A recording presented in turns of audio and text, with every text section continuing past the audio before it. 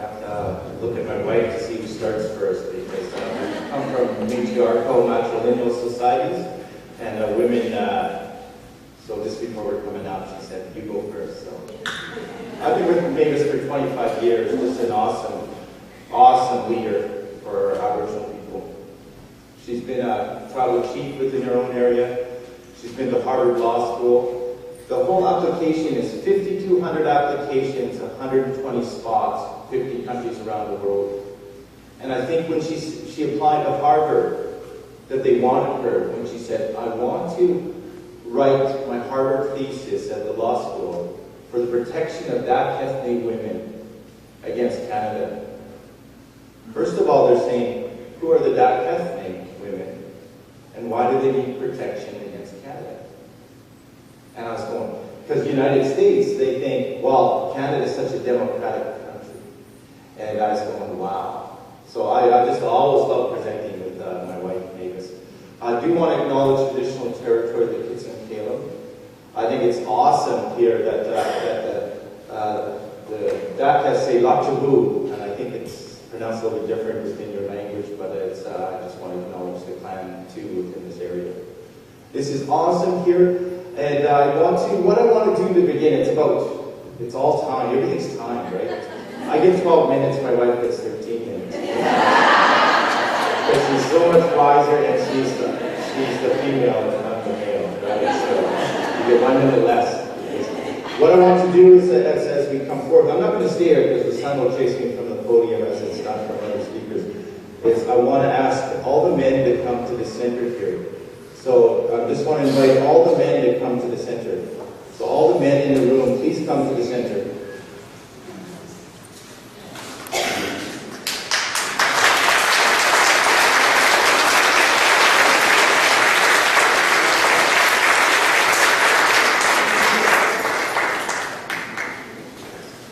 Morgan, to do the PowerPoint, just scroll through the PowerPoint.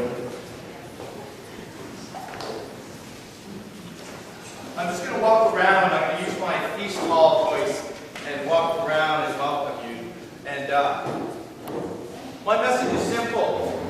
In Aboriginal communities, the traditional role of men are as protectors and the peacekeepers. They protected the women and the children. The men were on the outside of the community, and they were protecting the women and the children with our physical strength. We hunt, we gathered, we fished, we used our physical strength, but we did the most dangerous activities too, because we're the most expendable. Because what's important in our communities is the women and the children and the elders. I talk to many traditional Aboriginal men, and that's our role. We do the physical, demanding, and dangerous activities because we were on the outside of the community protecting. And what we did is we protect outwards. And as we protected outwards, that's what we protected was the women and the traditionally. Now they're going to scroll through this presentation here, and it's just statistics. So if they can just start scrolling through, I just want to show a few slides because we'll do more this afternoon. And if we keep scrolling through, you'll see these, what's at issue. In Canada, 1 in 10 women are victims of spousal abuse. In the Aboriginal communities, it's 1 in 3. And I would argue it's higher in some communities. I've been to one community, I talked to 20 Aboriginal women from 18 to 30. And every one of them said they were victims of a spousal abuse. Well, who are the abusers? Who are the perpetrators of that? Our Aboriginal men are leading the nation in spousal violence. We have been disconnected through the residential school system, through the parenting system. We've been ostracized. And we're trying to catch up to a Western democratic ideal of a patriarch. But we're neglecting our own values. And rather than us being on the outside, what I see is what I see at our universities. For every 10 Aboriginal students, 8 are women at our universities. On graduation day, 7 are women, 3 usually our men, sorry, when they come in. But on graduation day, it's almost 9 to 1 on graduation day. Who's doing our language? Who's doing our violence against women? Who's doing our outreach programs? Who's doing our protection up against Aboriginal women? Who's doing the conference? Who's moving the podiums? Who's moving the tables? It was all women. And what I'm trying to say is I want to acknowledge the men here that came. You know what? They're very strong, but we have to recruit more. So I'm telling the men, we have to tell our nephews, we have to tell our sons and our grandsons their traditional roles.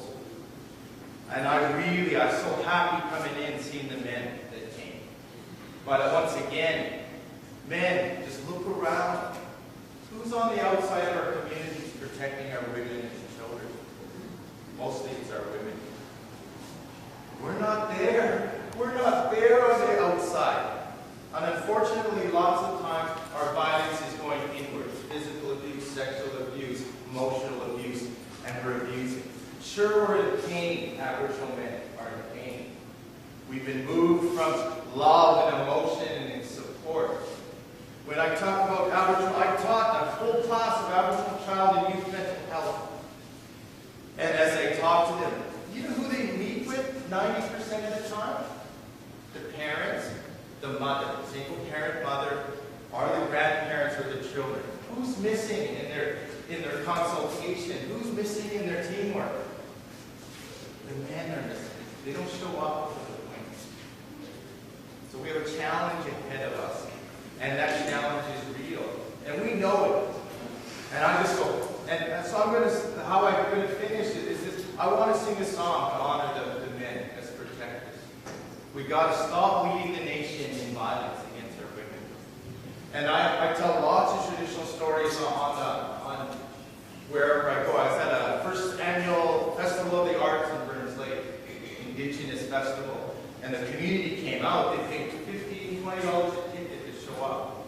And if you know Burns Lake, they've had a hard time supporting First Nations because they fight with them over Aboriginal rights. But they came out and they saw our traditional drumming, traditional stories last night, and it was awesome. So things are changing. I think there's a big change. But what I want to say to the men, let's connect with our Aboriginal males so you get that message across. So we're not turning our violence inwards, and that our women will always have to seek shelter from us. Why not let's do preventative measures and teach our young when they're doing it? So I'm going to sing an honor song, and it's for the men, because the men are going to need the strength and the commitment. Lots of times they're the perpetrators in the community. But we can't change it unless the men start getting involved. So let's get our boys involved. Let's tell this message to the boys. Let's say, stop leading the nation in spousal violence. When you have a partner and a girlfriend and you get married and you go on that track, the traditional role, I want everyone to say that to their boys. Traditional role of Aboriginal boys is protectors. We protected the women and children. Say that. Your traditional role is to protect. Let's stop this violence against our Aboriginal. It's not only Aboriginal men that are doing violence, as you see from the presentation. Highway of Tears, it's most likely a non-Aboriginal man taking our young children, and there's lots of violence. But I'm an Aboriginal male, and I want to start where we can. So I'm going to drum a song for the men, and I'm going to turn it over to Mavis Erickson, and we'll let the men go back to the seats after the song. But it's a straightforward message. Aboriginal men are peacekeepers and protectors. We're not violence. We're not abuse. That's not our traditional role. Our traditional role is to protect. Well,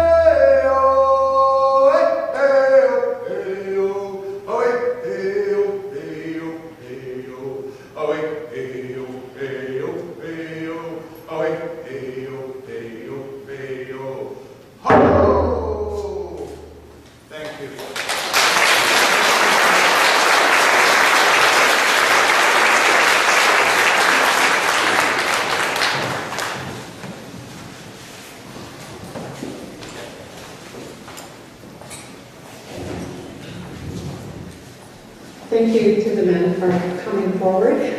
I wanted to just have a couple of stories to tell, to offer a historical sketch about violence against women in our communities. And it started off as a paper when my late father was still alive, and my Aunt Bernadette Rossetti was also still alive. And I was taking a feminist law class, and the feminist law class said that all men of every culture at some time have some form of violence or abuse against women. And I've never heard that in any of our traditional stories, our traditional ways about beating women or sexually assaulting women. So I took the opportunity to interview my late father first, and it was a big step for me because as a woman and a Catholic, my mother was a very, very devout Catholic, and to talk to men about sex was something that was just totally unheard of and totally taboo. But I asked my father, I asked him about, first of all, traditionally was there assault against women, like did carrier men beat up their wives? And he thought about it for a while, and he said, well, no, he said, it wouldn't make sense to beat up your wife, because if you beat up your wife, then you have to do double the work. And I kind of laughed too, but I said, well, like, I don't really get it. And he said, well, a long time ago, First Nations men and women did equal the amount of work. So if you beat up your wife, then you would have to carry double the load. And so if you have 2 children, then you'd have to pack 2 kids, plus if you kill the moose, or if you're fishing, then you'd have to carry the fish as well, because your wife wouldn't be able to carry her half. And so it was a very practical response that my father had. At the Baskins and they are very practical people. So then I got the courage up to ask him, well, what about sexual assault? One time ago, was there women, did they get sexually assaulted? And he was like, what do you mean? As well, like, did carrier men rape women? And he said, well, he thought about it for a while and kind of laughed, and he said, no, he said, a long time ago, we didn't, there was no rape or sexual assault. He said, I said, well, so what happened? And he said, well, a long time ago, if men wanted to have sex with a woman, they would just go around and ask.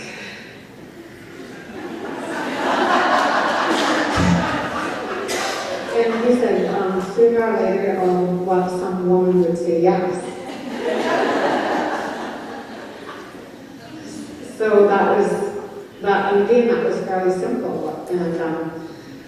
And I kind of appreciated that, because going to law school, we all know that sexual assault goes straight to consent, right? That's the big issue in law, whether a woman says yes or a woman says no, right? And so the story goes straight to consent, right? You need to ensure that you have consent first before you have sex with them. So I asked him next about I said, well, like, when we were growing up, we'd see women walking around with a black eye or all beat up, and so when did it start? Like, why did women get beat up nowadays and not when you were growing up? And again, he thought about it for a long time, and he said, well, I really think that it began when the priests came, and we used to have church, and we used to go to church. And my father, unlike my mother, was not a devout Catholic, even though he received all the sacraments and everything. My mother was more devout than my father. My father was more like a lapsed Catholic, like Grissom and CSI. But he said that what they did a long time ago when he was growing up was women often were accused in church. They had what they call a church chief and a church council that the priest chose by himself. It wasn't any democratic process. And then women would be accused of certain things by the priest, like flirting or looking at a man or some trivial thing. And the women would be hauled up in front of the congregation on Sundays, and then the priest would say out what the charges were against the woman, and then he would have the church council, carrier church council of chiefs, and then they would give out the sentence, like she has to kneel in front of the congregation and say her Hail Marys and all of that jazz. And it was so there began the public degradation and humiliation of women that my father never saw before, and his parents never experienced any kind of public degradation like that. He also said that during those years when women were hauled up and publicly disgraced, they also would publicly whip men for any kind of infractions, and again there was public degradation of the men. And my father said that in those years the priests strongly encouraged the men to hit their wives or beat their wives, to make their wives obey and understand that the man was the head of the household. So there you see the introduction of the new system overcoming, the colonial system overcoming our own traditional ways of mutual respect and understanding of each other. So the second part of my story is just about similar. I had the opportunity to interview my Aunt Bernadette, and I actually don't know why we called her my Aunt Bernadette, because she's actually more like my grandmother, because she was my father's mother's sister, so my grandmother's sister, but my dad called her Aunt Bernadette, so we called her Auntie Bernie. And she was the matriarch of our family, and I always like to tell the story. My first memory of her is being in the boat as a young child with my father driving the boat down the river with all of us kids, like there's 9 of us in the boat. And my Aunt Bernadette laying on the bow of the boat with a rifle and shouting at my dad where and how to steer the boat because she was shooting moose. And I remember her shooting the moose, waiting for the moose to get onto the bank so that we don't have to drag the moose out of the water. It was a clear sunny morning, and those are the kinds of images of women that I grew up with, as women as hunter-gatherers, women as strong, and women as equal. And my Aunt Bernadette used to take us on solo journeys with in the boat hunting and stuff like that. So I grew up with a very strong matrilineal background, much like the women last night hearing their stories. So my Aunt Bernadette, I went to her house, and she was a real strong mentor of mine in my life. And I asked her exactly the same questions that I asked my father. And I often wish I had recorded both of those interviews because it was so strikingly, their answers were so strikingly familiar that you would almost think that they talked to each other about their answer. It was quite funny and uncanny. So I asked my Aunt Bernadette, well, a long time ago did carrier men assault carrier women, like just beat them up? And my Aunt Bernadette said, she thought about it for a long time, and she said no. She said a long time ago, if a man would beat up his wife, then he would have to do double the work. And I was like, oh, okay. And I was like, what do you mean by that? And she said, well, the woman had to pack equal weight to the man, so if he beat up his wife, then he'll have to pack 2 kids and whatever they killed. And then she said, so it wouldn't really be a good idea to beat up your wife. And then she kind of laughed, and she said, besides a long time ago, if you were going to beat up your wife, you'd probably have to think about it because it would be an equal fight.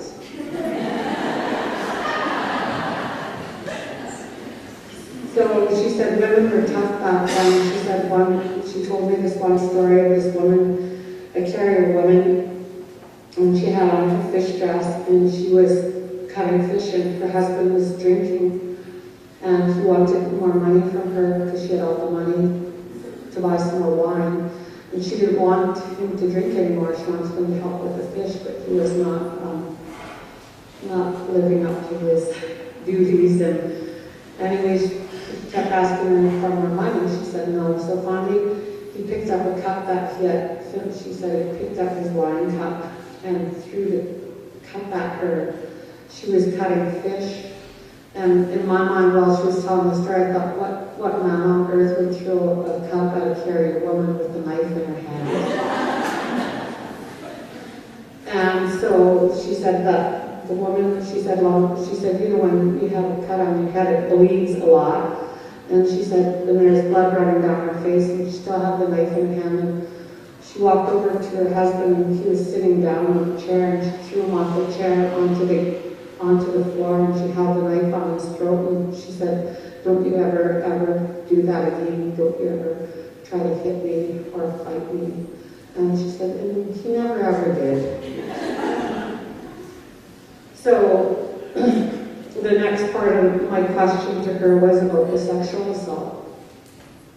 And again, she asked for me to clarify sexual assault. She was, well, what was sexual assault? What do you mean? I said, well, like rape. I'd just go rape a woman, and did carrier people do that?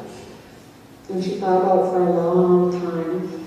And then she laughed and laughed, and she said, maybe she was a long time ago, if men wanted to have sex with a woman, they just went around and they asked every woman, she says, sooner or later, one woman will say yes.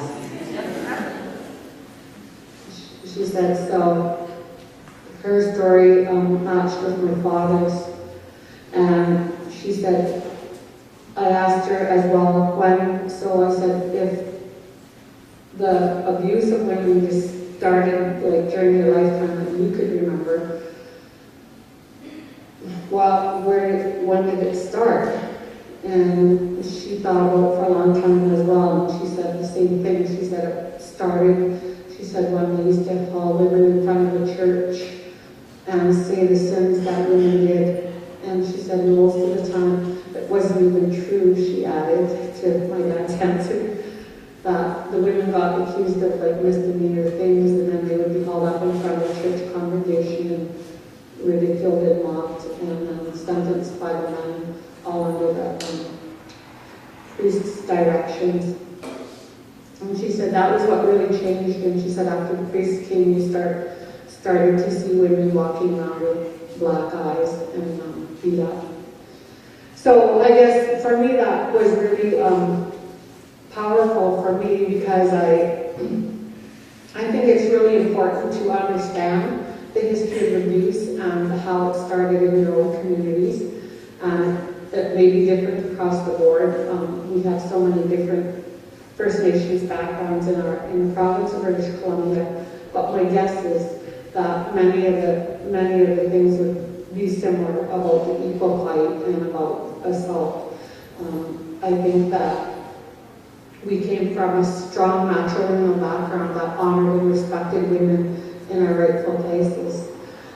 And I guess one of the most moving things for me in the past, since I've been doing this work with violence against women, is that to hear the Secwepemc Tribal Chief Wayne Christian talking to the Union of BC Indian Chiefs, who are mainly men, and that was his question to the male chiefs, is when are we going back to our role as protectors?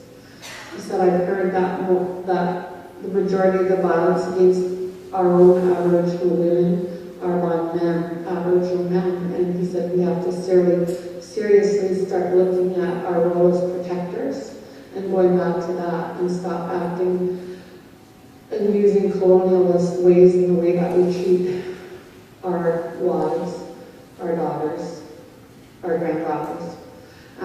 That's really what my thesis at Harvard was about, was don't ever think of a woman as being a woman. And my Aunt Bernadette had told me that, and really what she means is don't think of women as sexual symbols. Think about the women as your grandmother, your daughter, your sister, your niece, your wife. When you talk to women, talk to them with that same kind of respect that you show the women in your life.